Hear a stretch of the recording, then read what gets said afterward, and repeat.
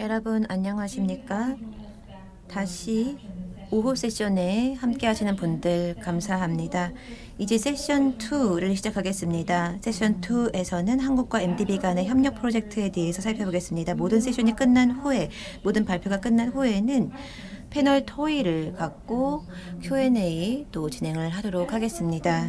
첫 번째 발표자는 왕형근 프로그램 매니저이십니다. 세계은행 왕형근 프로그램 매니저께서 한국과 세계은행 KGGTF 간의 협력 프로젝트 발표해 주시겠습니다. 현재 함께 하시지 못하시는 관계로 사전 녹화된 동영상을 보내주셨습니다. 안녕하십니까 여러분. 세계 곳곳에서 참석하신 분들께 인사드립니다. 제 이름은 왕형근입니다. 저는 워싱턴 DC 월드뱅크의 한국 녹색성장 신탁기금 KGGTF 프로그램 매니저로 근무하고 있습니다. 한 MDB 그린 협력 포럼에 참석하게 되어서 영광으로 생각합니다. 내년에는 직접 포럼에 참여할 수 있기를 희망해 봅니다. 오늘 저는 한국과 세계은행의 KGGTF 협력 프로젝트 그리고 제가 책임지고 있는 한국 녹색성장 신탁기금의 역할에 대해 말씀드리고자 합니다. 한국 정부와 세계은행의 고위 당직자들이 미래를 내다보면서 녹색성장 파트너십을 2011년에 체결하고 KGGTF를 설립했습니다. KGGTF는 특색 있는 신탁기금으로 유일하게 세계은행에서 녹색성장 신탁기금입니다. 이 해당 기금은 7가지 주요 녹색성장 부문의 지원을 제공하고 있습니다. 환경, 도시, 물, 농업, 운송, 에너지, 디지털입니다. KGGTF는 9년 이상 녹색성장 프로젝트 경험을 보유하고 있습니다. KGGTF는 현지에서의 운영에 도움을 주는 데 초점을 맞추고 지금까지 상당한 자금 대출을 활용해 왔습니다. 출자되는 1달러당 KGGTF는 173달러가 대출되는 성과를 거뒀습니다. 지금까지 KGGTF는 170억 달러가 넘는 금액을 세계은행의 랜딩 앤 코파이낸싱 프로그램을 통해서 지원했습니다. 또 혁신적인 녹색 성장 기술과 노하우를 국내외에 전파시키는 데 노력을 기울이는 중입니다. KGGTF 변화의 이론이라는 것이 있습니다. 2가지 활동을 하고 있는데요. 무상공여 관리 그리고 지식 파트너십 활동입니다. 이 활동들이 측정 가능한 결과물과 성과를 보시는 것과 같이 가져와서 녹색 성장을 위한 지속 가능한 발전으로 이어지게 됩니다.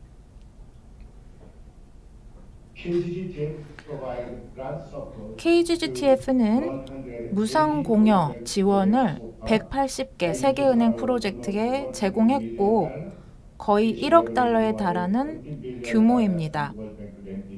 또 세계은행의 랜딩 코파이낸싱 프로그램에서 170억 달러가 넘는 금액을 지원했습니다. 무상공여 활동의 경우 80%가 세계은행 활동 부문의 기술, 혁신 솔루션과 관련된 것입니다. KGGTF는 글로벌 신탁기금 프로그램입니다. 전 세계에 걸쳐 세계은행 프로젝트 팀에 무상공여 지원을 제공하고 있습니다. 또 세계은행에서 선정된 글로벌 프로그램 등을 지원합니다. KGGTF 무상공여는 연간 사업 공모를 통해서 세계은행 프로젝트 팀에 제공됩니다. 매년 KGGTF는 7개 파트너 부문 GP, 즉 세계은행 프로젝트 조직을 말하는데요. 출연 기관과 논의해서 제안된 사업의 우선순위와 지침에 대해 합의합니다.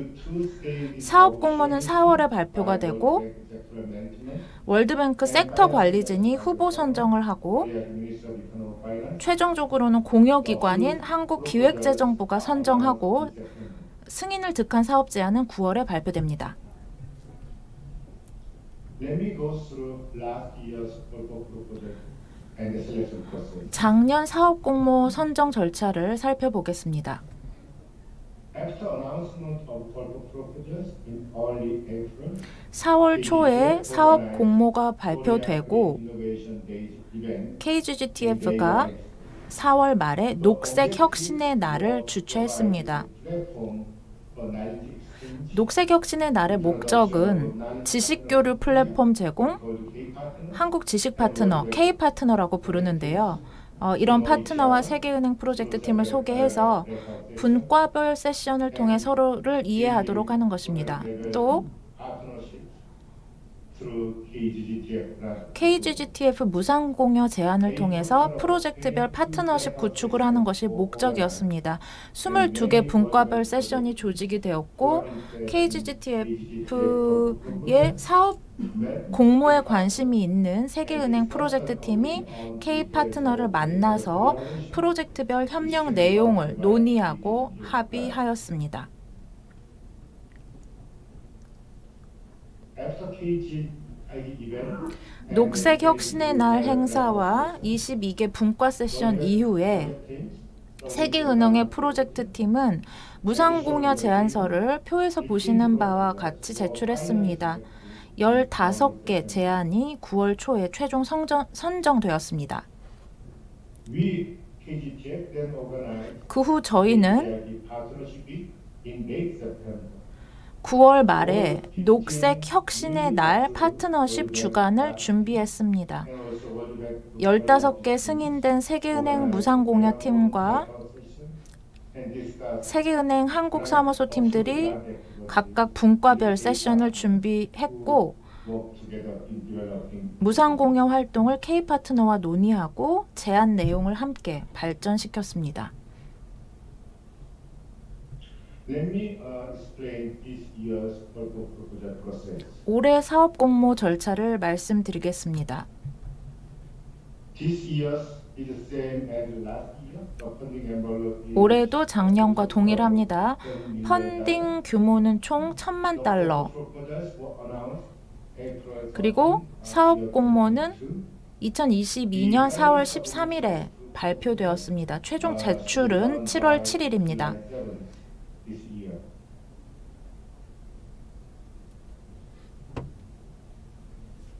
This year's purple proposal 올해 사업 공모도 on grid implementation. 그리드 실행에 중점을 둡니다. 그리드는 그린, 녹색, 리질리언스, 회복력, 그리고 인클루시브 디벨롭먼트, 포용적 개발을 뜻합니다. 세계은행 고위 경영진 의지에 따라서 세계은행의 자금 대출 포트폴리오에서 그리드와 기후 조치가 차지하는 비중이 늘어나고 있습니다. 또 저희는 KGGTF 무상공여가 앞으로도 세계은행 랜딩 앤 코파이낸싱 프로그램과 연계되도록 할 것입니다. 또 국내외 녹색 ODA 투자 그리고 외부 파이낸싱 프로그램 간 시너지를 추구합니다.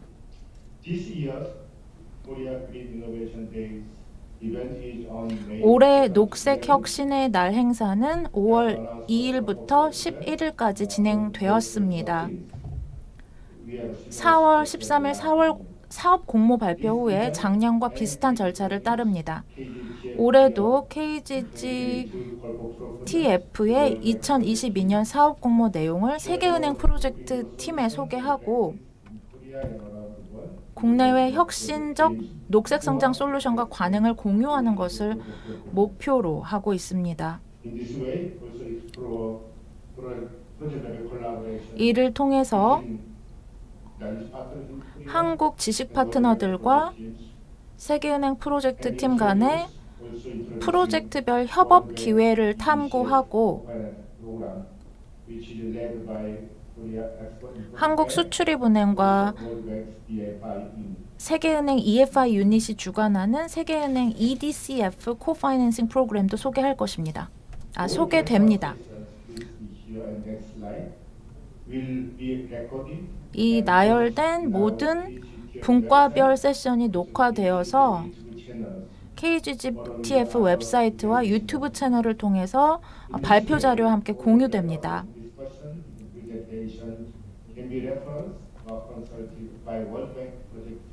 세계은행 프로젝트 팀들은 만약에 사업 공모 제출에 관심이 있지만 시차라든지 일정 때문에 실시간 참여할 수 없었다면 그 분과별 세션 논의 자료나 발표 자료를 공유받을 수 있습니다. 올해 분과별 세션입니다.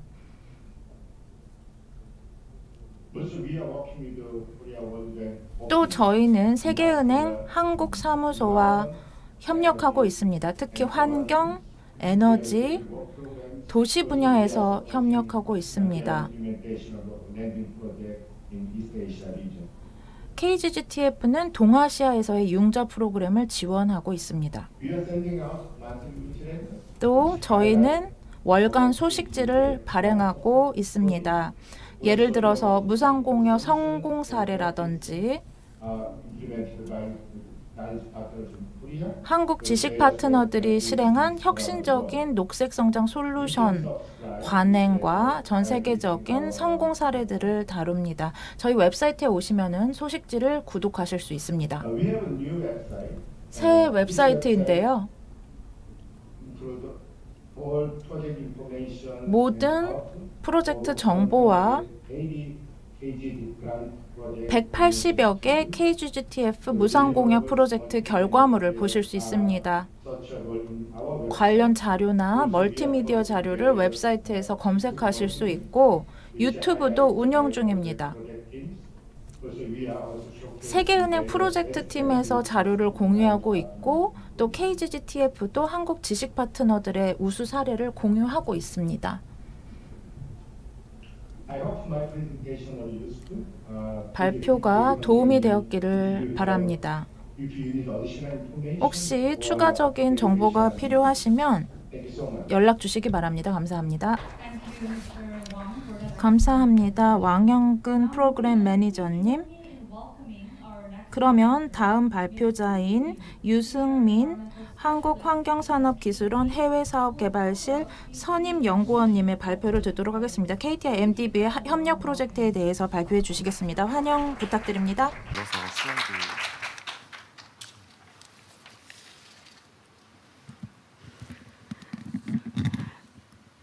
Good afternoon. 여러분 안녕하십니까? 이렇게 오늘 저희 제1차 한 MDB 그린 협력 포럼에 함께 해주셔서 감사합니다. 네, 저희 그 담당자 분들께서 가능한 빨리 발표를 맞춰달라고 요청하셔서 저 최선을 다해서 빨리 맞도록 하겠습니다. 저는 KT에서 MDB 관리를 하고 있습니다. 유승민 선임연구원입니다. 간략하게 KT와 또 KT MDB 간의 협력 프로그램을 설명을 드리겠습니다.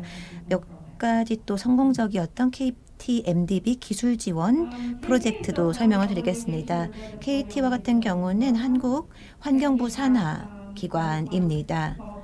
14억 불 연간 예산을 운용함으로써 그린 기술을 개발하고 또 녹색 산업을 성장시키고 있습니다.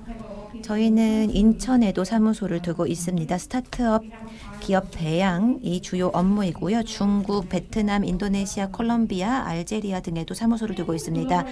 KT의 글로벌 환경 협력 프로젝트는 2004년부터 시작되었습니다.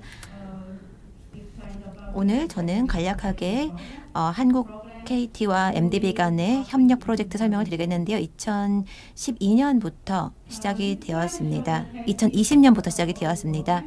지금 보시는 것은 KT의 녹색 산업 활성화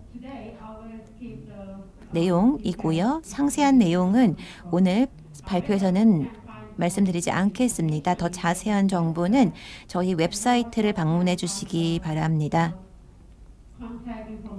또 담당자 연락처도 저희 웹사이트에서 확인하실 수 있습니다. 저희 한국환경산업기술원 웹사이트를 추후 방문해 주시기 바랍니다.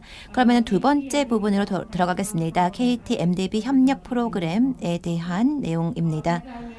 아까 말씀드렸다시피 2020년부터 이러한 협력 프로그램이 시작이 되었습니다. 한국의 경험을 공유하고 인사이트를 공유하기 위한 것입니다.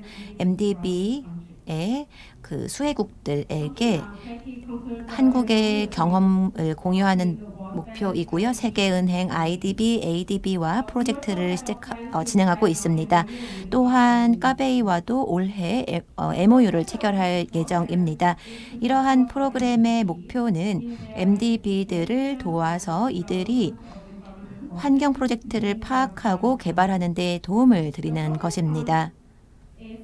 자본 예산과 같은 경우는 약 30만 달러에서 40만 달러입니다. 프로젝트 별 규모이고요. 제안하는 MDB 또는 수혜국 그리고 KT 간의 공동 협력으로 필요한 경우에는 자금을 조달하고 있습니다. 이러한 프로그램을 통해서 다양한 활동을 지원하고 있는데요. 현재 상황에 대한 조사도 포함이 되고요. 또 선택 방안에 대한 분석, 개념 설계, 금융 분석, 재정 분석, 경제 분석 등도 포함이 됩니다. 지식 공유와 또 역량 구축도 여기에 포함이 될 수 있습니다. 여러분들 중에 혹시 저희 KT MDB 공동 TA 또는 협력 프로그램에 관심이 있으실 경우 MDB 관계자께서 KT에 4월에서 10월 사이에 제안서를 제출해 주시면 됩니다. 매년 열려 있습니다. 제안서가 제출이 되고 나면 KT의 선정 프로세스가 11월에 열리게 됩니다. 선정이 될 경우에는 KT가 해당 MDB 관계자 그리고 수혜국 관계자와 회의를 거쳐서 TOR을 12월에 갖게 됩니다. 그 후 KT는 1월과 2월에 컨설턴트를 선정하고 선정된 컨설턴트는 TA를 공동 TA를 해당 TOR에 기반을 해서 진행하게 됩니다. 또 저희는 로컬 컨설턴트도 고용을 함으로써 로컬 상황을 전적으로 반영할 수 있도록 합니다. 공동 기술 지원 과정에서 현지 상황을 반영할 수 있도록 로컬 컨설턴트를 채용합니다. 이 슬라이드를 보시면 저희의 우선순위에 있는 파트너 국가들이 명시되어 있습니다. 하지만 이 국가들로만 제한이 되어 있는 것은 아닙니다. 예를 들어서 터키, 코스타리카, 파나마와 같은 경우 기존에는 파트너십 국가가 아니었는데 지난해에 추가되었습니다. 세계은행과 까베에서 저희가 제안을 받아서 이들 국가들이 만약에 우선순위 파트너십 국가가 된다면 MDB의 우선순위 파트너십 국가가 된다면 저희가 계약을 체결할 수 있습니다. KT의 우선순위 파트너십 국가가 아니더라도 MDB가 제안을 할 경우에는 진행을 할 수 있습니다. 다음으로는 세 번째 내용입니다. 여기에서는 KT가 MDB와 함께 공동으로 진행한 기술 지원 프로젝트 TA 프로젝트 설명을 드리겠습니다. 이 슬라이드를 보시면 이러한 실제 진행이 될 수 있는 구조를 보실 수 있습니다. KT와 MDB 간의 공동 기술 지원 프로젝트의 구조이고요. 간략하게 각각 기관의 책임과 역할을 설명을 드리겠습니다.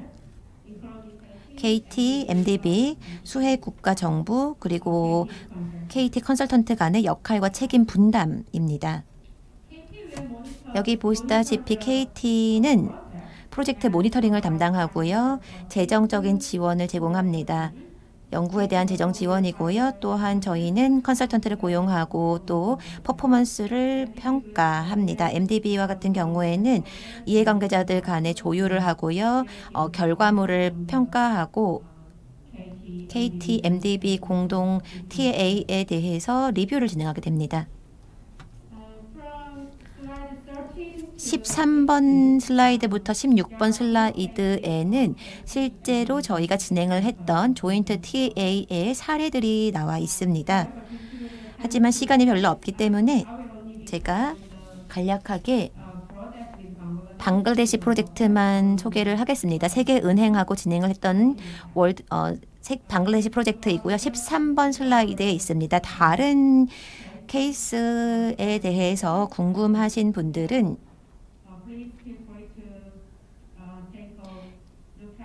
저희 자료집에 있는 14페이지부터 16페이지를 참고해 주시기 바랍니다.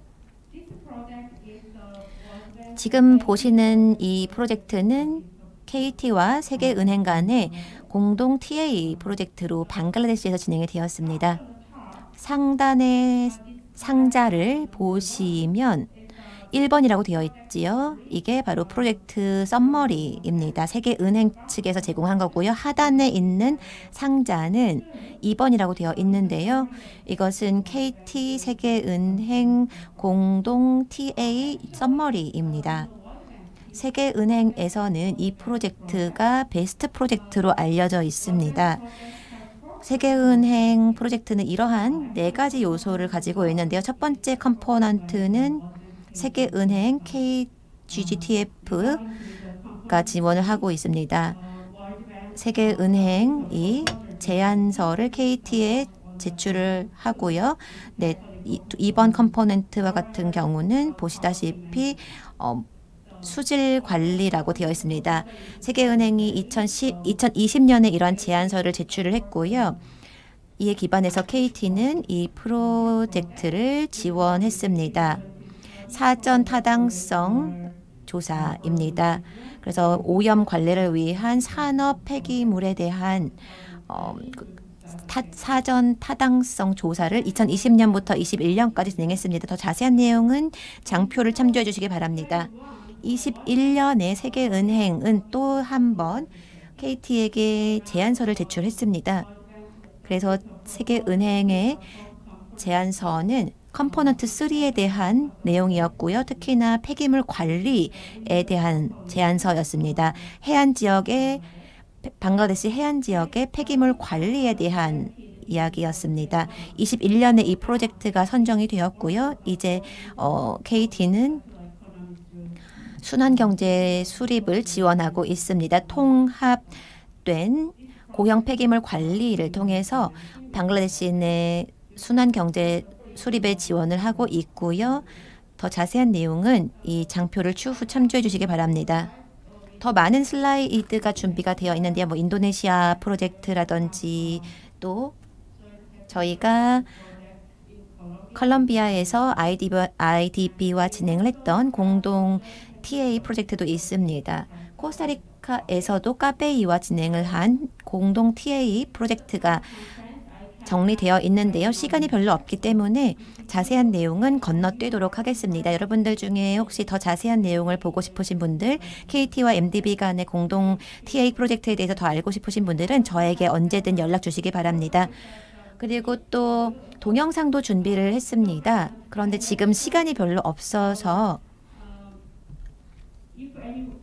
여러분들 이러한 KT의 MDB와의 공동 기술 지원 프로그램을 알고 싶으신 분들은 추후 이러한 동영상을 시청해 주시면 감사하겠습니다.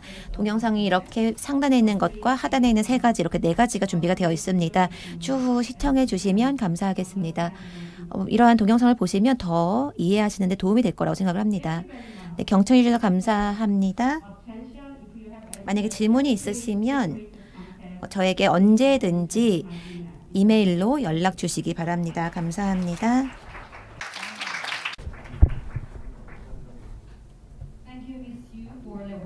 네, 유승민 선임연구원님 발표 감사드립니다. 다음 발표자는 김태환 한국수자원공사 인재개발원 책임위원이십니다. ADB 스마트 수자원 사업 기술 지원 경험이라는 주제로 발표를 해 주시도록 하겠습니다. 프랑스에서 조인을 해 주실 텐데요.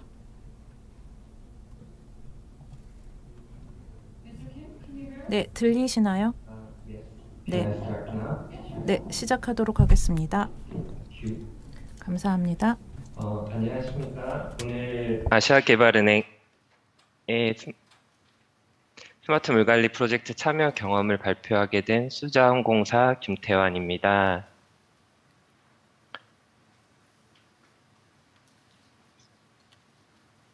현재 프랑스에 소재한 유네스코 물가국의 파견 근무 중이어서 불가피하게 온라인으로 발표하게 되었습니다.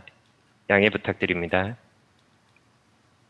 먼저 본 프로젝트에 참여할 수 있는 기회를 준 아시아개발은행과 오늘 발표 자리를 마련해 준 환경산업기술원에 감사의 말씀을 드립니다. 수자원공사는 환경부 산하의 공공기관으로 국가 물관리를 담당하고 있으며 아울러 투자 사업과 기술 지원 등 다양한 해외 사업에 현재 참여하고 있습니다. 저희가 참여한 프로젝트는 Promoting Smart Drinking Water Management in South Asian City로 남아시아 5개국, 6개 도시의 상수도 스마트 물 관리 증진을 위한 기술 지원입니다.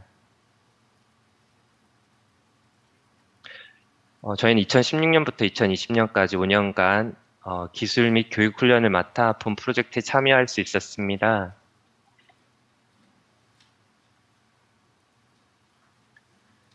저희 총 사업비는 250만 불로 이 중 일부인 100만 불은 한국 정부가 아시아개발은행에 기여하는 신탁기금인 이 아시아 앤 널리지 파트너십 펀드로 구성되어 있었습니다. 본 프로젝트의 목적은 스마트 물관리를 바탕으로 남아시아 주요 도시의 상수도 운영관리 효율 향상 및 재정 안정성 도모를 위한 것으로 ADB 남아시아국의 도시개발 및 물국에서 준비하여 발주한 사업입니다.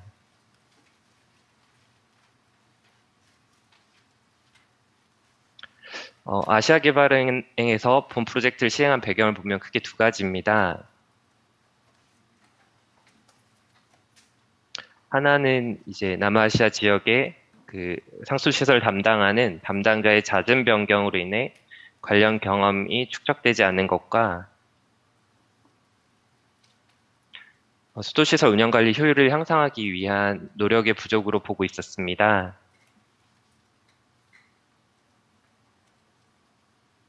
이런 문제점은 개발도상국 또는 저개발국의 수도시설 현황을 살펴보면 공통적으로 느끼는 부분이기도 합니다.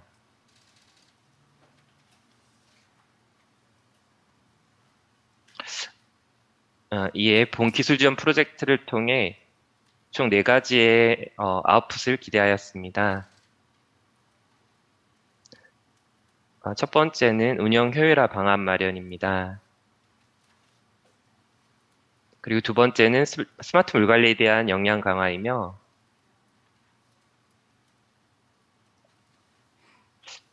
세 번째는 재정 안정성 향상 방안 마련, 그리고 네 번째는 새로운 물 관련 PPP 체계를 선보이는 것입니다. 저희는 4가지 산출물 중 첫 번째와 두 번째를 담당하였고 세 번째, 네 번째 아웃풋은 아시아개발은행에서 별도의 전문가를 통해 진행하였습니다. 첫 번째와 두 번째 아웃컴의 내용은 이제 다음과 같이 설명드릴 수 있을 것 같습니다. 첫 번째 아웃풋은 이제 수도시설물 진단을 통해 단기, 중기, 그리고 장기 운영 효율화 방안을 제시하고 스마트 물관리 기술이 적용된 시범 사업을 시행하는 것입니다.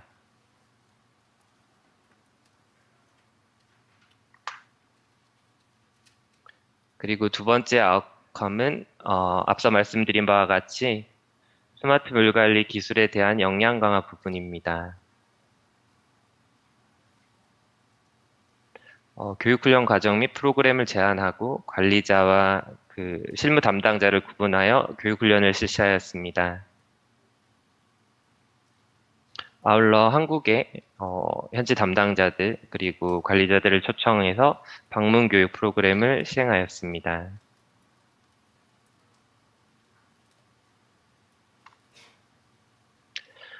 앞서 말씀드린 두 가지 산출물에 대한 그 케어호텔 주요 실행 내용을 여기 화면에서 보시는 바와 같이 간단히 정리해 보았습니다. 순서대로 말씀드리면 먼저 대상 도시를 이제 아시아개발은행이 해당 정부와 논의하여 선정을 하게 됩니다. 이후 대상도시 관계부처와 시설 운영을 담당하는 기관과 기존의 수도시설에 대해 1개 또는 2개의 유량관리 구역을 선정하여 수량, 수압, 수질 등을 진단하였습니다.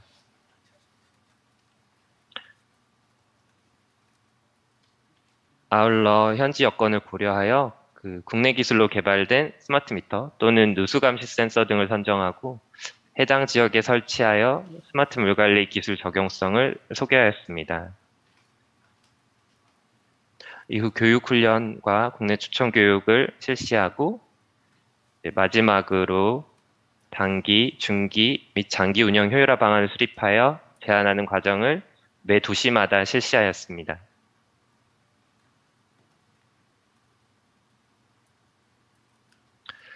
저희가 이제 본 프로젝트를 진행하면서 소개하고 제안한 스마트 물관리 기술을 간단히 설명드리면 크게 다음에 4가지 항목으로 구분할 수 있을 것 같습니다.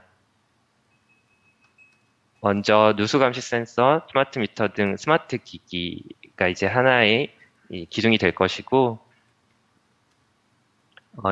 이를 지원하는 네트워크 솔루션, 그리고 고객과의 소통을 위한 고객 서비스 앱, 그리고 마지막으로 직원 역량 강화를 주요 구성 요소로 하고 있습니다.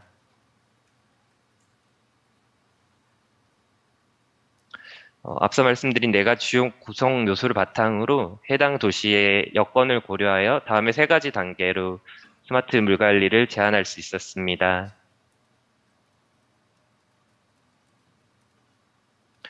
저희가 TA 참여하면서 각 나라와 도시별로 스마트 물관리 적용할 수 있는 여건이 다름을 확인하였지만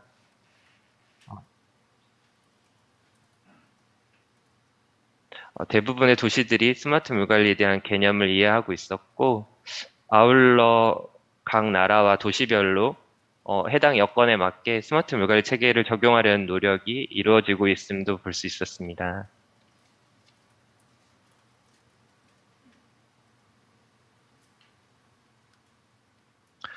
이제 간단히 TA를 실시했던 도시별로 그 당시 주요 현황과 스마트 기기를 시범 적용한 사례를 공유할 수 있도록 하겠습니다.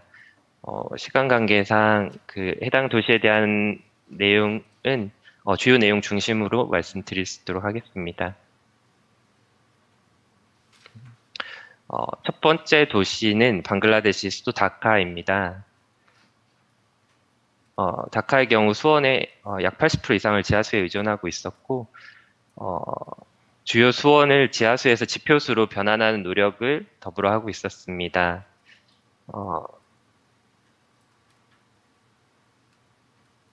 저희가 진단 결과 일부 지역에 이제 수압과 이제 출수 불량 그리고 이제 낮은 잔류 염소 농도가 확인되어 이에 따른 운영 효율화 방안을 제시하였습니다.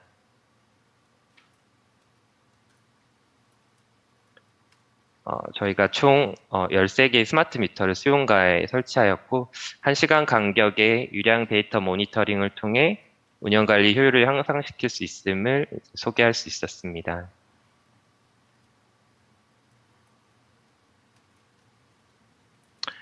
두 번째 도시는 스리랑카의 콜롬보입니다.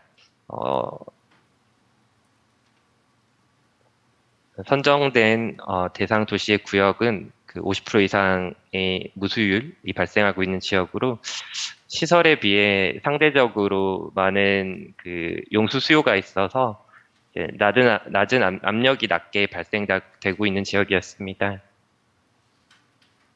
저희가 이곳에는 9개의 스마트 미터와 3개의 압력 센서를 유량 감시 구역 경계와 대수용가에 설치하여 스마트 기기가 운영관리 의사결정에 어떻게 도움이 될 수 있는지를 소개할 수 있었습니다.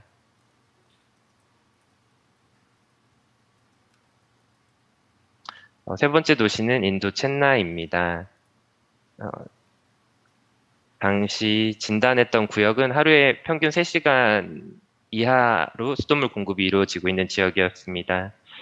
아울러 기준보다 낮은 수질이 확인되었고 동일한 구역 내에서도 균등한 공급이 이루어지지 않고 있음을 확인할 수 있었습니다.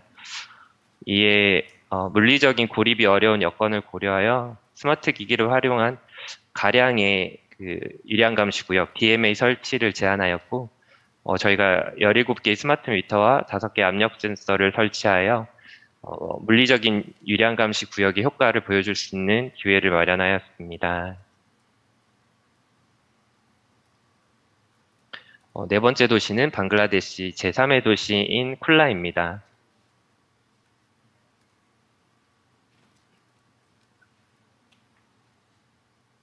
다른 도시와는 달리 쿨라는 아시아개발은행의 지원으로 정수장 및 상수도가 신규로 건설 중이었고요. 다만 기존 지하수 관정과 신규 정수장을 병행하여 사용하고 있었기 때문에 적정하게 관합을 유지하기 위한 관망 운영 관리의 효율화가 필요한 상황이었습니다. 아울러 진행 중인 상수도 건설 사업에는 이제 누수감시 센서가 포함되지 않았기 때문에 저희가 시범 사업으로 누수감시 모니터링을 제안하였고 35개소의 누수감시 센서를 설치하여 시연할 수 있었습니다.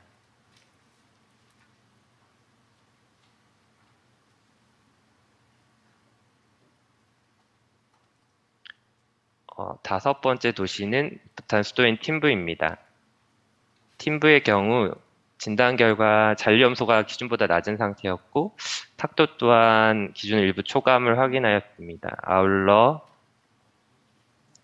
감압 시설이 제대로 작동하지 않아서 높은 압력으로 유수율이 낮은 것을 확인하였습니다. 이에 저희가 30개 지점에 누수감시 센서를 시범적으로 설치하였고 스마트 물관리 기술을 시연할 수 있었습니다.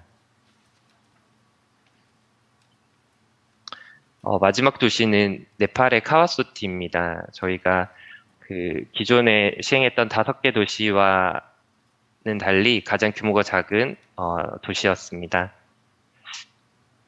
저희가 이 카와소티에 대해서 진단한 결과 이제 수질과 수압에 대한 모니터링 시설이 없음을 확인하였고 이런 기반 시설이 없는 상태로는 적정 운영 관리를 기대하기는 어려운 여건이었습니다. 이에 저희가 상수 시설 전반을 모니터링할 수 있는 유량계와 압력 센서 그리고 스마트 미터, 누실 감시 센서를 제안하였고 시범 사업을 통해 스마트 물 관리를 통한 안정적인 수도 시설 운영 관리를 보여줄 수 있었습니다.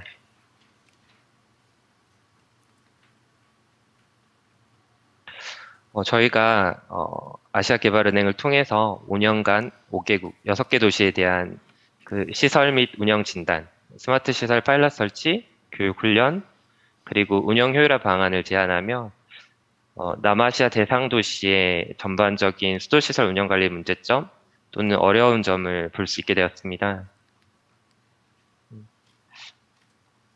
특히 낮은 이제 급수 보급률, 그다음에 불균등한 공급, 그다음에 잦은 출수 불량, 낮은 관로 압력, 또 낮은 요금, 그리고 소독제 부족 및 영양 강화의 필요성 등을 대부분 공통적으로 확인할 수 있었으며 한국의 스마트 물 관리 기술이 남아시아 여러 국가에 적용이 가능하다는 가능성 또한 확인할 수 있었던 점은 큰 성과로 생각하고 있습니다.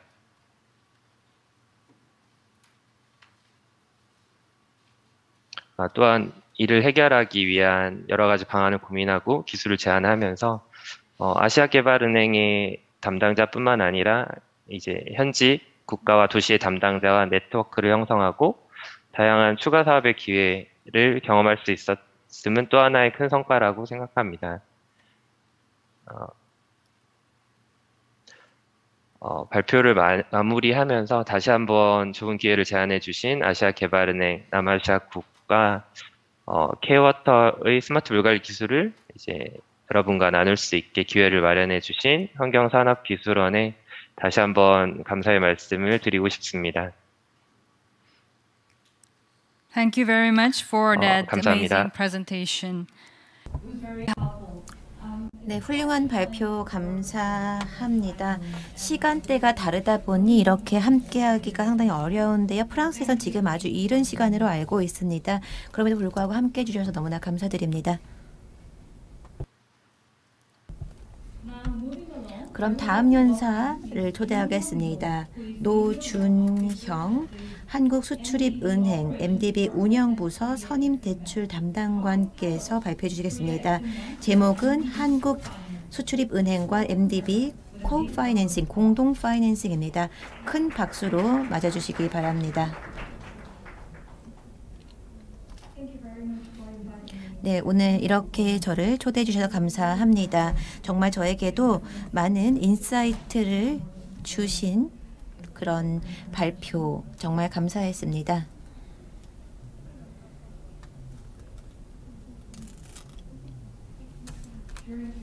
오늘 제 발표에서는 우선 EDCF가 무엇인가 설명을 하겠습니다. 대외경제협력기금입니다. 한국수출입은행의 대외경제협력기금 설명을 드리고요. 그 다음에 공동 파이낸싱에 대한 설명을 드리고 마지막으로는 저희가 진행하고 있는 그린 프로젝트에 대한 발표를 하겠습니다. EDCF에 대한 간략한 소개입니다. EDCF라고 하는 것은 대외경제협력기금입니다. 1986년에 대외경제협력기금법이 이러한 EDCF 파트너 국가들을 지원하기 위해서, 개도국 국가들을 지원하기 위해서 설립되었습니다. 한국의 기획재정부의 위임을 받아서 한국수출입은행이 대부분의 그 대출 승인이라든지 또 대출 계약 그리고 평가 등을 또 집행을 담당하고 있습니다. 하지만 이와 관련이 된 모든 결정은 한국의 기획재정부에서 진행하고 있습니다. 상단에 있는 표를 보시면 양자 ODA 그리고 다자 ODA라고 되어 있습니다. 그중에서 EDCF는 전통적으로는 양자 ODA, 즉 국가 간 ODA에 해당이 되었었습니다. 하지만 개도국들의 수입 수준이 소득 수준이 상승함에 따라서 저희는 이러한 ODA 및 개도국 지원 방안을 다각화해야 했습니다. 그래서 이제는 ODA가 더 다자적인 방식으로 진행이 되고 있습니다. MDB, 저는 이제 MDB 운영부서에서 근무를 하고 있는데 저희는 IDB, 까베이 등과 협력을 하고 있습니다. 지금 오늘 이 자리에도 해당 기관 연사분들께서 함께 해주셨었죠. 지금 보시는 것이 저희가 약정한 EDCF와 해당 EDCF에 대한 집행 현황입니다. 좌측에 있는 그래프를 보시다시피 EDCF 금액은 점차 증가하고 있습니다. 2020년에만 하락했는데요. 이때는 코로나 발발 때문이었습니다. 아시아가 대부분의 EDCF를 받고 있습니다. 62% 그리고 아프리카가 25% 그리고 나머지 중남미라든지 아니면 중동 지역이 한 9% 정도 됩니다. 그리고 업종별 분류 현황을 보시면 우선 가장 많은 수혜를 받는 부문은 운송 부문입니다. 약 34%를 차지하고 있습니다. EDCF가 전통적으로 가장 많은 지원을 운송 부문에 대해서 제공을 했고요. 그 다음은 헬스, 의료 부문입니다. 코로나 이전에는 EDCF가 헬스 부문, 의료 부문에 대해 지원하는 비중이 그다지 크지 않았습니다. 코로나 이후에 저희가 가능한 한 많은 프로젝트를 지원하고자 노력하고 있습니다. 세 번째로 저희는 물 공급과 위생 부문에 대해 투자를 하고 있고요. 그 다음이 에너지, 교육, 공공행정, 그리고 통신에 대해서 투자 규모가 다음으로 따르고 있습니다.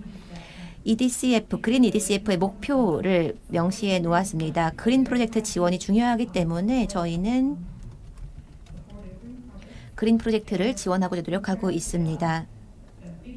여기 2020년 수치와 비교를 할 때 저희 목표를 보시면 더 많은 그린 프로젝트 지원을 노력하고 있다는 걸 보실 수 있겠습니다. 금액에서도 마찬가지고요. 그린 EDCF 지표에서도 마찬가지입니다. 이러한 지표, 인덱스는 저희 평가 보고서에 포함이 되어 있습니다. 이를 기반으로 저희가 2021년부터 프로젝트 승인에 사용하고 있는 인덱스입니다.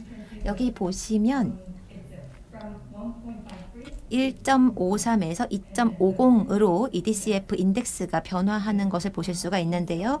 그린 EDCF 인덱스가 이렇게 5로 더 가까워질수록 프로젝트가 더 그린화된다라는 것을 의미합니다. 점수가 올라갈수록 인덱스가 더 커질수록 그린 프로젝트 지원이 많다라는 것을 의미합니다. 코파이낸싱, 공동 파이낸싱입니다. 여기 보시면 저희가 MDB화하는 코파이낸싱이 소개되어 있습니다. 세계은행, ADB, IDB, 까베이, AFDB 등이 있고요. IDB와 까베와 같은 경우는 저희와 함께 하고 있는 프로그램이 있습니다. 특히 IDB의 경우에는 이 프로그램의 금액이 한 5억 달러에 달합니다. 이 프로그램은 2015년에 한 1억 규모로 시작이 되었는데요. 계속해서 리뉴되어서 이제는 9억 달러 규모로 증가하고 있습니다. 그래서 저희가 IDB와 많은 프로젝트를 코파이낸싱하고 있고요. 만데즈님께서 아까 설명을 하셨다시피 저희는 까베와 진행하고 있는 프로그램도 있습니다. 까베는 중남미에 집중을 하고 있고요. IDB는 중남미 지역에 또 집중하고 있습니다. 다른 MDB와의 MOU도 진행이 되고 있는데요. 코파이낸싱과 관련해서는 IDB와 까베가 상당히 활발한 모습을 보이고 있습니다. 지금 보시는 것은 IDB와의 코파이낸싱 프로그램들입니다. 아까 만데즈님께서 이미 까베와 진행하고 있는 코파이낸싱은 설명을 하셨고요. 2017년부터 20년까지의 코파이낸싱이 여기에는 또 명시가 되어 있습니다. 아까 말씀드렸다시피 EDCF 그린 EDCF 인덱스에 대해서 말씀을 드렸었는데요. 그린 EDCF 인덱스를 통합하는 것은 21년부터 시작되었습니다. 그래서 그 전에는 뭐 어떤 엄격하게 그린 프로젝트를 관리하는 기준이 없었습니다. 여기 보시면 노란색으로 표시가 되어 있는 프로젝트는 좀 그린이라고 간주가 됩니다.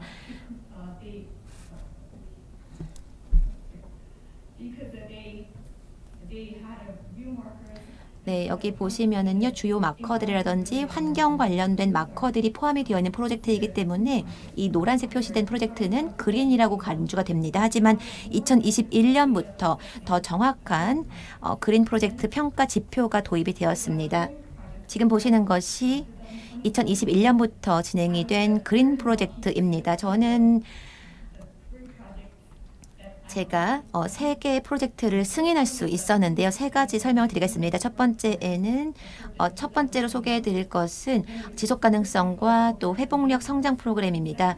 간략하게 제목을 소개를 해 드리겠는데요. 먼저 첫 번째 프로젝트는 방금 설명을 드렸고요. 두 번째는 전력 부문의 지속가능성과 효율성에 대한 프로젝트였습니다. 세 번째는 코스타리카의 탈탄소화 계획에 대한 프로젝트였습니다. 이 첫 번째 2 프로그램과 같은 경우는 이미 승인이 되었고요. 세 번째 프로그램은 조금 신생 프로그램입니다. 평가 보고서를 지난주에 마무리 지었고요. 경영진이 평가하고 계십니다. 이 프로젝트 리포트에 대한 하드카피가 조만간 MDB 쪽에 제출이 될 예정입니다. 우선 콜롬비아 지속가능성 및 회복력 관련 성장 프로그램을 설명을 드리자면요. 기존에 있던 다른 프로그램들과의 차이점을 좀 설명을 드리겠습니다. 이러한 모든 프로젝트들은 모든 정책이 다 완료된 이후에 해당 대출에 대한 집행이 가능하다는 특징을 가지고 있습니다. 그래서 승인 기간 중에 특정 정책이 완료되어 있는지 이행이 되는지를 먼저 평가를 하게 됩니다. 그래서 정책 이행이 된 경우에 대출이 집행이 됩니다. 주요 내용을 보시면은요. 첫 번째 부문은 주요 완료돼야 하는 정책들을 보여주고 있는데요. 다 이행이 된 정책입니다. 첫 번째는 정부, 콜롬비아 정부의 역량 강화가 첫 번째 기준이고요. 두 번째 기준은 자연자본의 지속가능한 사용과 순환적인 경제 모델의 개발입니다. 마지막 기준은 에너지 전환입니다. 각각 정책에 대해 조금 더 자세하게 좀 설명을 드리겠습니다.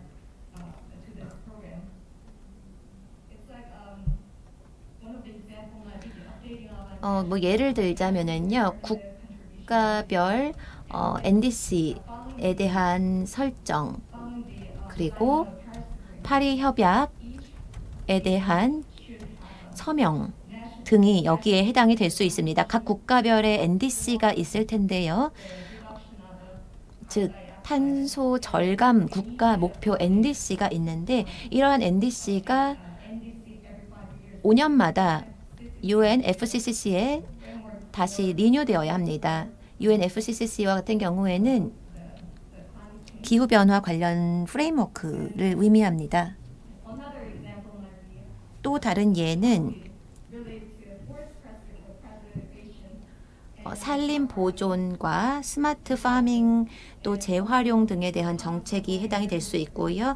그린 산업 지원 프로그램도 해당이 될 수 있습니다. 전기차 또 전기차 충전소 등도 여기에 해당이 될 수 있습니다. 상당히 큰 규모의 프로젝트인데요. 6억 정도를 저희 수출입은행에서 지원을 하고 스웨덴 은행 쪽에서도 진행을 합니다. 또 프랑스 기관이 2억, 또 독일 쪽 기관이 1억 2천 불 정도를 함께 코파이낸싱합니다. 이러한 코파이낸시어들이 지난해 COP26에서 함께 모여서 법안에 서명을 했습니다. 이 법안은 이 프로그램 이행을 더 촉진하기 위한 법안이고요. 이제 이 프로그램의 제2단계에 곧 진입할 예정입니다. 다음 프로그램은 지속가능성과 효율성, 전력 부문의 지속가능성과 효율성에 대한 프로그램입니다. 도미니카 공화국에서 진행이 되었고요. 도미니카 공화국에서는 자국 내 전력 부문을 개혁하고 개선시키고자 했습니다. 이를 위해서는 제도적인 역량을 강화하기 위한 정책, 그리고 또 부문에 대한 개혁과 정책 채택 등을 시행해야 했습니다. 다음 아까 말씀드린 것처럼 몇 가지 정책들이 이행이 되어야 집행이 되는 대출이었습니다. 또 NDC 플래닝에 대한 계획이 있는데요. 전기차가 여기에 해당이 되었고, 또 충전소와 관련이 된 규정, 정책도 도입을 해야 했습니다. 또한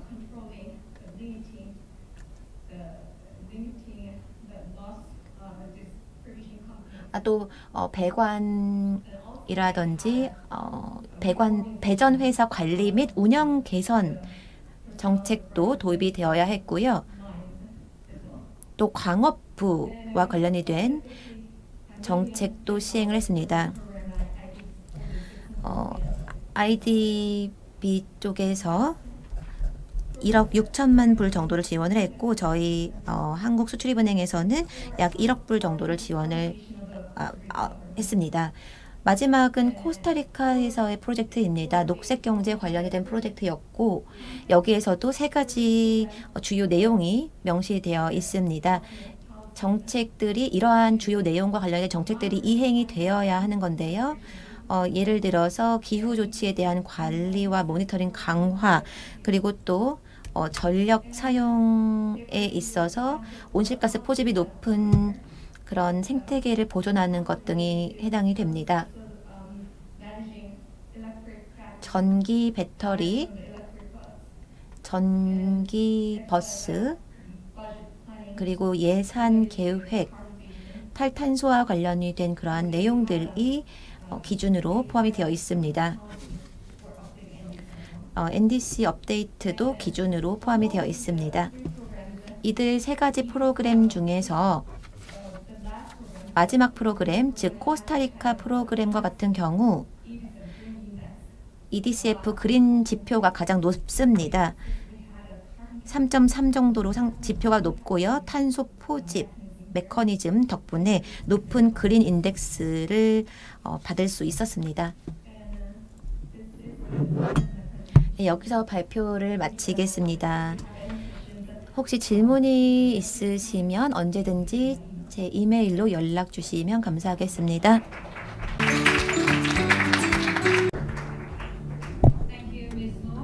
노준영 차장님 감사합니다.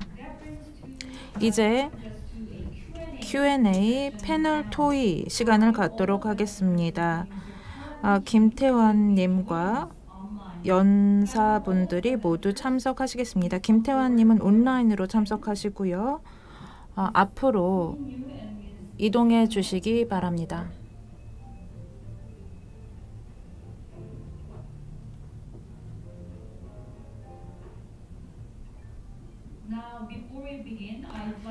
시작하기 전에 여러분께 좌장을 소개해 드리도록 하겠습니다.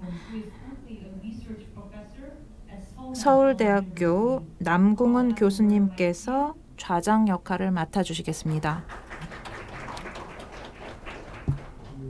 이번 세션의 모든 발표자들이 한국 분들이기 때문에 한글로 디스커션을 하는 것이 더 유리할 거라고 판단을 해서 한글로 진행을 하도록 하겠습니다. 저는 방금 소개받은 서울대 남궁은 교수고요.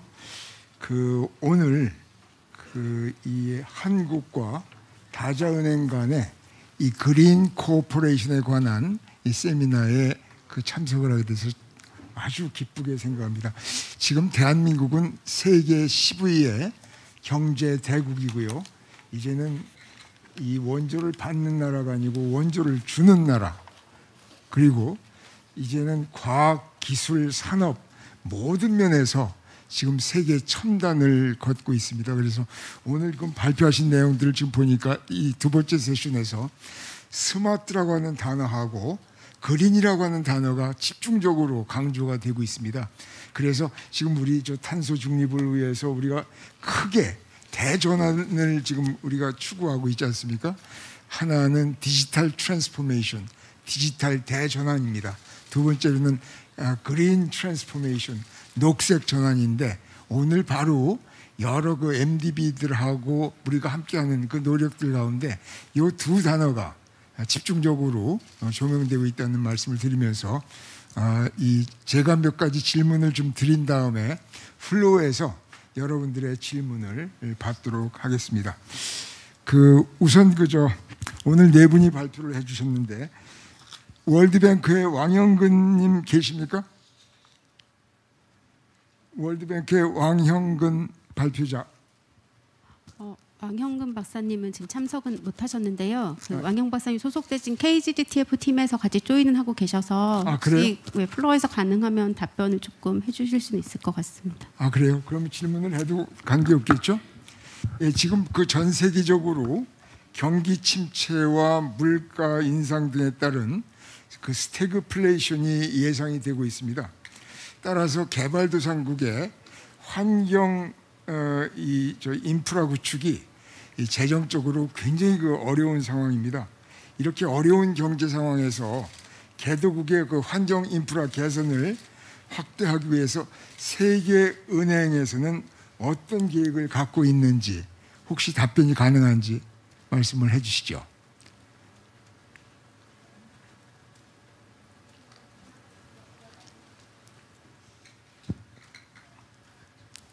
안녕하세요. 저는 이제 세계은행 KGTF 컨설턴트로 활동하고 있는 허윤주라고 합니다. 왕형근 박사님께서 오늘 이제 참석하지 못하셔서 화상으로 소개만 하셔서 제가 대신 답변을 드리자면, 사실 이제 저희 KGTF는 한국의 그린 그로스를 모델로 이제 전 세계 도시들의 그린 그로스 정책 개발이라던가 이제 친환경적인 경제 개발 이런 부분을 지원을 하고 있지만 저희가 생각할 때 저희는 이제 작은 이제 트러스트 펀드로서 그 세계은행의 차관 사업의 그 어떤 사업 아이템 발굴, 한국의 좋은 솔루션을 가지고 개도국에 도움을 줄 수 있는 그런 아이템을 발굴하는 그런 펀드로서 시드머니 역할을 하는 것이고요. 오히려 이제 좀 더 환경 분야에 더 큰 이제 그 세계은행의 투자 전략이라던가 지원 전략이라던가 이런 것들은 저희 이제 EMB 팀에서 나와 있는 분께서 답변을 저희 준우 그 쉐레스타님도 계시는데 오히려 EMB 팀에서 얘기를 해주시는 게 좀 더 적합하지 않을까 하는데요.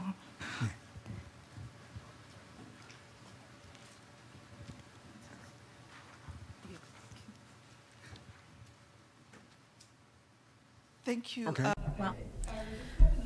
네, 제가 조금만 첨언을 하겠습니다. 네, 앞서 연사께서 말씀하셨다시피 코로나로 인해서 많은 도전 과제를 코로나로 인해서 많은 어려움이 제기되었습니다. 이 우크라이나 상황에서 봤다시피 파이낸싱이 상당히 어려워졌고요. 어쨌거나 그래도 자금이 존재할 경우 수혜국에 제공이 될 때 그것이 사용이 되는 방식이 환경을 저해하지 않으면서 전 세계가 해결해야 할 이슈에 정확하게 타겟팅이 되도록 하는 것이 중요한 부분입니다. 앞서 연사이신 발레리님께서도 이야기하셨던 내용이고요. 그리드라고 하는 프레임워크에 기반을 해서 세계은행이 목표로 하고 있는 것입니다. 앞으로 수혜국들에게 제공이 되는 프로젝트가 녹색으로 친환경, 즉 탄소 중립적인 방식으로 그리고 또 회복력 있게 또 포용력 있게 진행이 되도록 하고 있습니다. 그래서 포용력이라고 하는 것은 그 어떠한 계층도 누락되지 않도록 하는 것이고요. 자금이 제한되다 보니까 이러한 그리드 전략을 제대로 적용하는 것이 더 중요해지고 있습니다. 그래서는 이 어려운 경제 상황에서도 계속적으로 이런 국제협력 사업을 지원하겠다는 그런 말씀입니다. 오늘 그 중남미 얘기가 많이 나왔습니다. 중남미는 그 다른 지역에 비해서 소위 그 PPP 민관 협력 사업이죠. Public Private Partnership 사업이 활발하게 추진이 되고 있습니다. 중남미의 그 물 분야 PPP 사업에 관심이 있는 민간 기업들이 그 IDB가 됐든지 카베이가 됐든지 이런 이 다자은행과 협력을 해서 사업을 추진할 경우 어떤 구도로 또 어떤 사업 방식으로 진행을 하는 것이 적절한지 여기에 대한 그 설명을 우리 유승문 박사가 좀 해주셨으면 좋겠습니다. 네.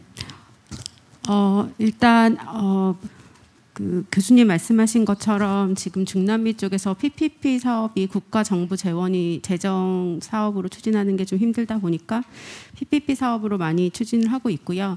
말씀하신 IDB나 까베이 같은 경우에도 PPP 사업으로 같이 코파이낸싱하는 그런 것들 기회를 그런 프로젝트들을 같이 협력하는 거에 의향이 있다는 얘기를 이제 제가 실제로 들어서 제가 생각할 때는 만약에 한국 기업들이 중남미의 PPP 사업에 이제 진행을 하는 걸 좀 원하신다면 지금 IDB나 까베이에는 한국 신탁 기금이 있습니다. 특히 IDB랑 까베이의 한국 신탁 기금을 활용을 해서 초기 단계의 프로젝트를 좀 개발하는 그런 초기 단계의 지원을 좀 받고요.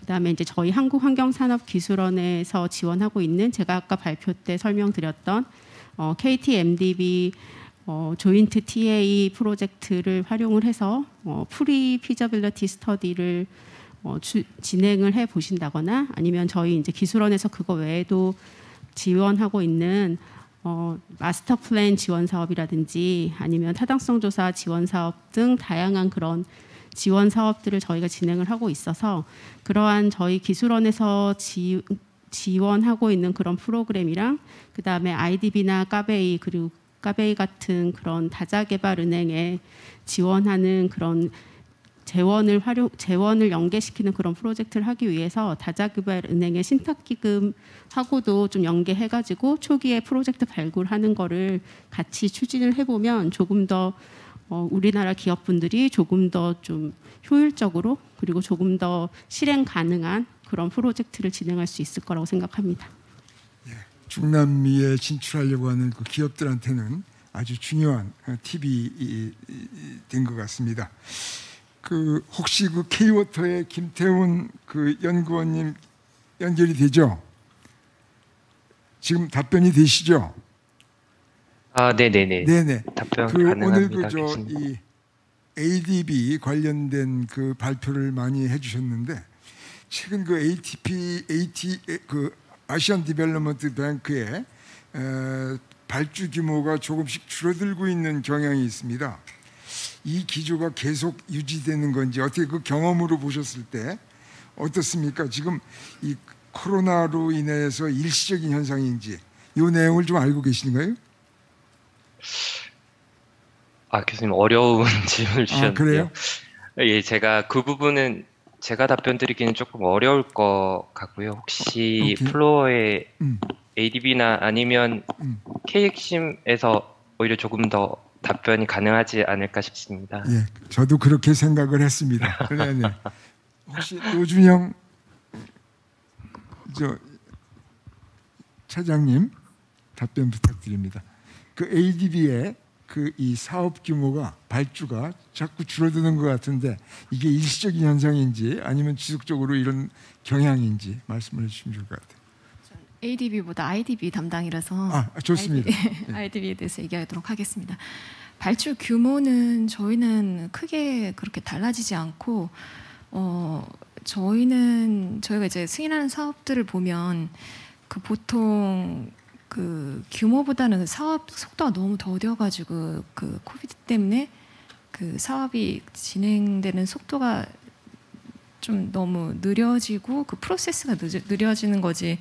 뭐 규모에는 특별하게 저희 쪽 사업은 특별하게 이상은 없었습니다. 그리고 한 가지 더 말씀드리고 싶은 거는 아까 그 유승민 연구원님이 말씀하신 것 중에서 그런 뭐 IDB 이런 것들을 그 기업들이 어떻게 참여할 수 있는지 그런 것들을 아까 다 그 말씀해 주셨는데요. 저희 캑심에서는 이제 코리안 랍 비즈니스 포럼이라고 IDB랑 공동으로 개최하는 행사가 있습니다. 거기 IDB랑 중남에서 사업을 하고 싶어하는 이제 기업들도 참여해서 그 비즈니스 포럼에 이렇게 참여를 하는데 원래 그 비즈니스 포럼 내용 중에 그 프로큐먼트 세미나가 있어요. 근데 그 프로큐먼트 세미나는 이번 연도에는 그거를 따로 분리해서 별도로 IDB 입찰 세미나로 따로 그걸 개최하려고 계획을 하고 있어갖고요. 그거 만약에 관심 있으면 그거 하실 때 저희 홈피를 계속 보시면 그게 나올 거라서 그거를 좀 참고해 주시면 IDB 사업에 어떻게 입찰에 참가하고 그러는지 아실 수 있을 것 같습니다. 예. 혹시 플로어에 ADB에서 나오신 분 계신가요? 지금 플로어에 ADB에서 오신 분은 안 계시고요.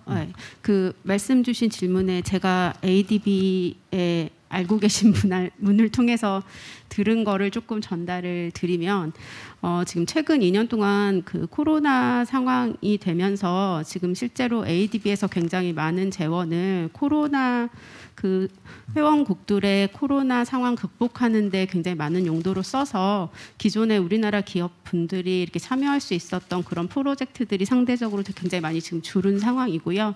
이제 코로나 상황이 조금 이제 어느 정도 정리가 돼가는 상황이라서 다시 이제 예전처럼 프로젝트가 이제 다시 좀 발주되려고 준비를 하고 있다고 하는 얘기는 제가 들었습니다. 그래서 정확한 거는 아니지만 일단 제가 조금 전달받은 내용을 조금 공유드리면 도움이 되실 것 같아서 공유를 조금 드립니다. 예, 아주 명쾌한 답변 감사드립니다. 그 이왕 그 질문이 나왔으니까 우리 노준영 처장님한테 하나만 더 묻겠습니다. 오늘 그 엑심 그 K엑심의 그 이 해외 프로젝트들 보니까 그 중미 권역에 그 이 많이 이 연결이 돼 있습니다. 특히 그 중미 권역은 그 세계적으로 기후 취약 국가들이 그 밀집되어 있는 권역이지요.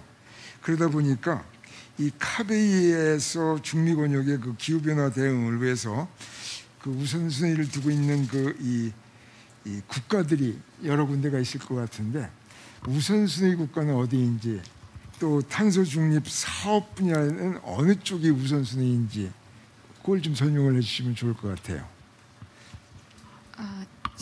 제가 질문을 다시 예, 그 국가 중에서 어느 국가가 먼저 그 탄소 중립에 가장 우선순위를 두고 있는지 그렇죠.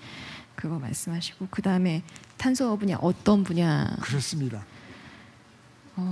중미는 굉장히 이제 탈탄 사업가 많이 진행되고 있는 국가고 오늘 소개해드린 그 마지막 사업 그 코스타리카 사업은 굉장히 이제 그 코스타리카가 그 전체 나라가 저희보다 좀 많이 작지만 거의 뭐 반 이상이 산림이기 때문에 그 탄소 그 분야에서도 이 탈탄소를 이루기 위해서도 노력도 많이 하고 있고 그래서 정말 이게 많은 어드밴스를 이렇게 추진하고 있는 나라인 것 같고요. 그리고 또 콜롬비아 또한 여기 보시면 그 제가 소개했던 그 프로그램 그 첫 번째 프로그램에서 그 콜롬비아도 상당히 탈탄소화에 위해서 가장 노력을 좀 많이 하고 있습니다. 특히 그 코스타리카는 다른 블루카본이라고 이제 블루카본은 생태 그 머린 생태계에서 흡수하는 카본이 다른 그 육지 생태계에서 흡수하는 카본보다 50배 정도 빠른데요. 그 블루카본을 되게 보존하기 위해서 노력하고 또 협약도 인근국이랑 체결하고 있고 그런 나라로서 제가 생각할 때는 이제 코스타리카, 콜롬비아 이 정도 이것도 다른 중남미는 대체적으로 그래도 많이 이렇게 탈탄소를 추진하고 있는 국가들이 좀 많다고 생각합니다.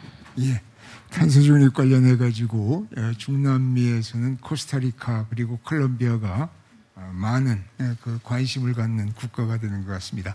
자, 여기까지 지금 그 제가 일단 여러분들을 대표해서 질문을 우리 발표자들한테 드렸는데 여기에 플로어에 계신 그 이 많은 그 이 관계자들께서 질문들이 많이 있으실 것 같습니다. 혹시 그 오늘 발표하신 내용 아니면은 이 소위 그 이 다자은행과 이 국제협력 프로그램을 진행하는데 궁금하신 사항이 있으시면은 질문을 하시면 좋을 것 같습니다. 이렇게 좋은 기회가 없습니다. 평소에 늘 궁금하던 그 사항들을 질문해 주시면 되겠어요. 예, 해주시죠. 소속하고 이름 다시 한번 설명해 주시고요. 네, 안녕하세요. 저는 세계은행에서 컨설턴트로 활동하고 있는 허윤주라고 합니다. 그 수출입은행 차장님께 좀 여쭤보고 싶은 게 있는데요. 오늘 보니까 그 코파이낸싱 그 규모가 저희 이제 세계은행은 커버하는 국가가 굉장히 많음에도 불구하고 좀 작은 반면 IDB나 그런 AFDB 같은 경우는 굉장히 규모가 큰 걸 봤고요. 그리고 또 IDB 같은 경우에 오늘 담당하시는 지역이 IDB여서 그런지 모르겠지만 좋은 사례들을 발표를 해주셨는데요. 이렇게 코파이낸싱이 이제 특정 MDB, 그러니까 IDB하고는 굉장히 활발하고 또 다른 데하고는 활발하지 않다던가 만약에 이런 조금의 차이가 있다 그러면 왜 그런 차이가 있는지 어떻게 보면 그 코파이낸싱 프레임워크에 그 다자개발 은행별로 조금의 차이가 있어서 이렇게 이제 그 활발 협력의 차이가 있는 건지 조금 궁금하거든요. 그래서 IDB 같은 경우는 무슨 패스트 트랙이 있다던가 뭐 이런 게 있는 건지 조금 궁금합니다. 아니, 그 패스트 트랙은 있는 게 아니라 제가 생각했을 때는 매니지먼트의 관심과 그 일을 추진하려는 그 의지에 따라서 그 퍼실리티가 생기냐 안 생기냐 그 차이인 것 같습니다. 퍼실리티가 생기고 나면 그게 이제 한도이기 때문에 한도 개념이라서 그 한도를 그 기간을 주고 그 안에 소진을 안 하면 이제 그게 그냥 쓸 수가 없게 되는 거기 때문에 그게 이제 코파이낸싱 프로젝트를 많이 개발할 수 있는 그리고 발굴할 수 있는 그 유인이 되는 거거든요. 근데 저도 이제 월드뱅크랑 왜 이렇게 저희 사업 추진이 코파이낸싱 사업이 추진이 잘 안 되고 있어요. 월드뱅크랑은. 그래서 제가 이제 여기 계신 담당자 다른 이렇게 얘기도 듣고 그랬었는데 제 생각에는 뭐 정확하지는 않지만 그게 얼마나 매니지먼트 이 코파이낸싱 퍼실리티를 설립하려고 노력하고 이게 사례가 또 한 번 생기면 저희도 이제 코파이낸싱 퍼실리티가 계속 그게 리뉴가 갱신이 되거든요. 그러니까 그거에 한 번 처음 그게 생길 때는 엄청 힘들지만 한 번 생기고 나면 그거를 계속 그거 협력을 하게 되는 그래서 한 번 생기는 게 중요한데 그 생길 때 그게 좀 설립할 때 그게 그 과정이 좀 그렇게 원활하지는 않은 것 같습니다. 네. 혹시 플로어에서 다른 질문들 있으신가요?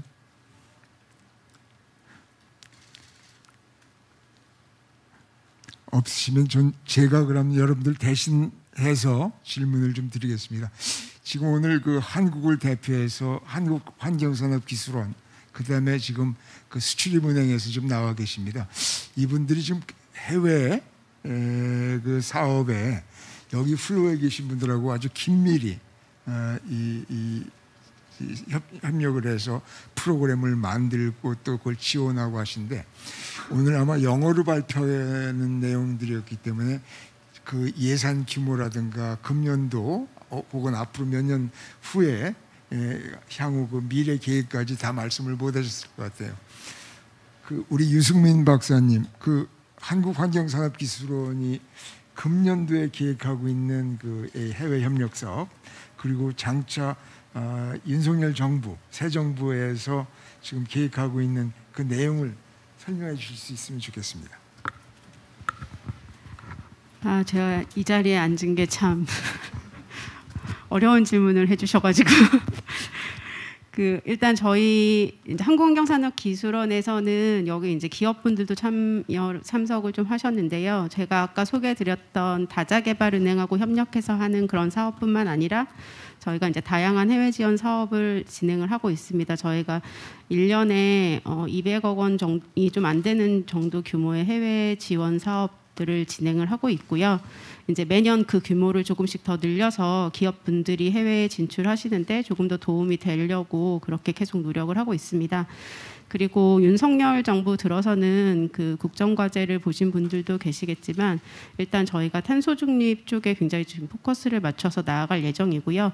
저희 이제 한국환경산업기술원도 환경부 산하기관이라서 그 국정과제에 맞춰서 저희도 이제 국내뿐만 아니라 해외에서도 탄소 중립과 관련된 프로젝트들에 좀 더 집중해서 더 많은 프로젝트를 지원하게 될 것 같습니다. 우리 유승민 박사님 설명한 것처럼 앞으로 우리가 해외 협력 사업을 할 때 기본적으로 환경 관련된 사업을 하더라도 반드시 그 위에 덧칠하는 그 내용이 아까도 설명드렸지만 디지털 트랜스포메이션 스마트라고 하는 그 시스템이죠. 그다음에 그린 트랜스포메이션, 녹색 전환 이게 반드시 포함이 된다고 그러면은 그 수원국에서도 혹은 도움을 받는 그 나라에서도 굉장히 효율적으로 또 효과적으로 사업을 결과를 얻어낼 수 있을 거라고 봅니다. 그 수출입은행 얘기를 한번 들어볼까요? 우리 노준영 차장님, 수출입은행의 금년도 전체 예산 규모, 그다음에 이 새 정부에서는 어떤 생각들을 하고 계신지 한번 설명해 주시죠. 죄송한데 제 전체 예산 규모는 제가 그거를 미처 파악을 못했습니다. 죄송합니다. 새 정부에 이제 저희가 그 많은 그린 프로젝트를 하고 있는데 그 그린 뉴딜 얘기도 있었고 신정부 내에서는 이제 어차피 예전에 계속 저희 한국 그 카본 탄소 중립 정책 2050년까지 탄소 중립 정책을 계속 그거를 추진해야 하는데요. 그거 관련해서 저희도 그린 프로젝트를 많이 개발하려고 노력하고 있고 그리고 그 저희가 그린 프로젝트에 대한 이런 관심도는 저희가 이제 아까 말씀드린 그린 인덱스 이런 것들을 개발하면서 좀 더 그거에 대한 포커스를 더 늘리려고 노력하고 있습니다. 그래서 앞으로도 그 새 정부 하에서도 이렇게 그린 협력을 더욱더 계속 지원하고 또 진행하고 계속 이러지 않을까 싶습니다. 예, 그렇습니다. 지금 이 새 정부에서 이 국내도 그렇지만 그 해외 사업의 키워드가 카본 뉴트럴, 탄소 중립으로 갈 것 같습니다. 그러다 보니까 예를 들어 이 해외의 물 관리 사업만 해도 이 탄소 중립을 위해서 수력 강조하고 있죠. 그다음에 수상 태양광 강조하고 있죠. 조력을 강조하고 있습니다. 그다음에 수열 에너지 활용, 그다음에 이 지열을 이용한다든가 뭐 등등 많습니다. 그래서 그 앞으로 결국은 탄소 중립을 우리가 염두에 두고 같이 해외 사업을 해야지 않겠는가. 그렇게 함으로 해가지고 그 세계 그 기후 변화 협약에도 일조를 하면서 그 나라의 그 필요한 부분을 이 메꿔주는 그런 역할을 할 수 있지 않을까 싶습니다. 자, 여러분들 또 충분히 시간을 드렸는데 질문을 하실 수 있으면 질문을 하십시오.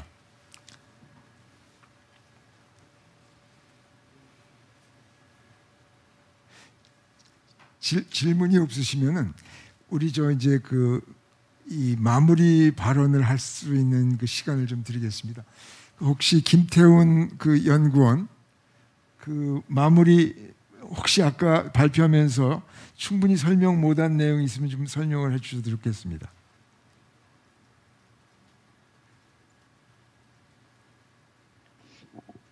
네. 제가 주어진 시간 안에 가능한 많은 저희 공사의 경험을 나누려고 노력은 했지만 시간 관계상 다 못 드린 내용이 있을 수 있을 것 같은데요. 이게 실질적인 사례다 보니까 이제 참석하신 분들 중에서 이제 공감을 하실 수 있는 부분도 있고 또 이제 공감하지 못하는 부분도 있을 듯합니다. 그럼에도 불구하고 이제 교수님이 말씀하셨듯이 이제 스마트 물관리 기술 또한 탄소 중립을 추진하기 위한 중요한 한 부분 중에 하나라고 생각하고요. 플로어에 계신 분들뿐만 아니라 이제 본 포럼에 참석하신 여러분들도 수정공사 진행하는 여러 가지 이제 물 관련 프로젝트들, 국내외 사업들에 함께 좀 추진할 수 있는 기회들 마련해 주시고 또 제안해 주시면 저희가 가지고 있는 그리고 경험들, 노하우들 잘 공유할 수 있도록 많이 노력하고 있으니까요. 많은 도움과 협조 부탁드리고 싶습니다. 네, 감사합니다. 이상입니다. 감사합니다. 혹시 유승민 박사님? 네, 먼저 저희 올해 처음으로 개최하는 코리아 MDB 그린 코퍼레이션 포럼에 이렇게 참석해 주시고 관심 가져주셔서 감사하다는 말씀을 이 자리를 빌어서 드리고요. 제가 이 포럼 준비하면서 MDB 분들이 지금 서큘러 이코노미에 굉장히 관심이 좀 많다는 걸 알게 됐고 생각보다 MDB의 저희 그 동료분들이 한국의 우수한 정책이나 우수한 그린 정책이나 그린 기술이나 그린 산업들을 굉장히 많이 모르고 있다는 것을 느꼈습니다. 그래서 이런 기회를 통해서 한국의 우수한 정책과 기술과 우리 기업들이 많이 소개되고 그리고 이게 MDB들과 MDB의 클라이언트 컨트리들에 정말 도움이 될 수 있는 그런 기회가 됐으면 좋겠습니다. 감사합니다. 네, 감사합니다. 노준영 차장님. 예, 저 여기 와서 MDB들의 여기 그린 프로젝트 관련해서 많은 것들을 배울 수 있고 또 그린 정책 관련해서 많이 이렇게 들을 수 있어서 너무 좋았고요. 저희 캑심도 앞으로 그린 프로젝트 관련해서 계속 이렇게 지원을 확대해 나갈 예정이니 앞으로도 저희 캑심 분들 많이 여기 초청해 주시면 좋을 것 같습니다. 너무 감사합니다. 예, 수고 많이 하셨습니다. 지금 세계는 기후 위기 시대, 탄소 중립 시대, 순환 경제 시대입니다. 그러다 보니까 이 환경 관련된 스마트 시스템, 그다음에 그린 시스템의 필요가 더욱 높아지는 그런 상황입니다. 우리나라는 세계 250개국 중에 상위 10개국 안에 지금 들어와 있습니다. 그러다 보니까 이제는 우리가 갖고 있는 과학, 기술, 또 지식, 경험을 세계 어려운 나라들한테 빨리 전파하고 같이 공유를 해서 세계 공동 번영을 이루는데 일조할 때가 돼 있습니다. 지금 수출입은행에서도 열심히 일을 하고 계시고요. 한국환경산업기술원에서도 그리고 K-워터에서도 지금 월드뱅크, IDB, 그다음에 카베이 뭐 등등, ADB 등등 많은 다자 은행들과 다자개발은행들과 함께 이 공동 번역을 위한 이런 노력들을 경주를 하고 있습니다. 모쪼록 우리가 이제 시작한 이 1차 이 컨퍼런스가 내년에도 그리고 그 후년에도 연속돼서 결실을 많이 맺도록 이렇게 여러분들 함께 노력하기를 바라겠습니다. 오늘 발표자들 수고 많으셨고요. 토론해 주시느라고 감사드립니다. 감사합니다.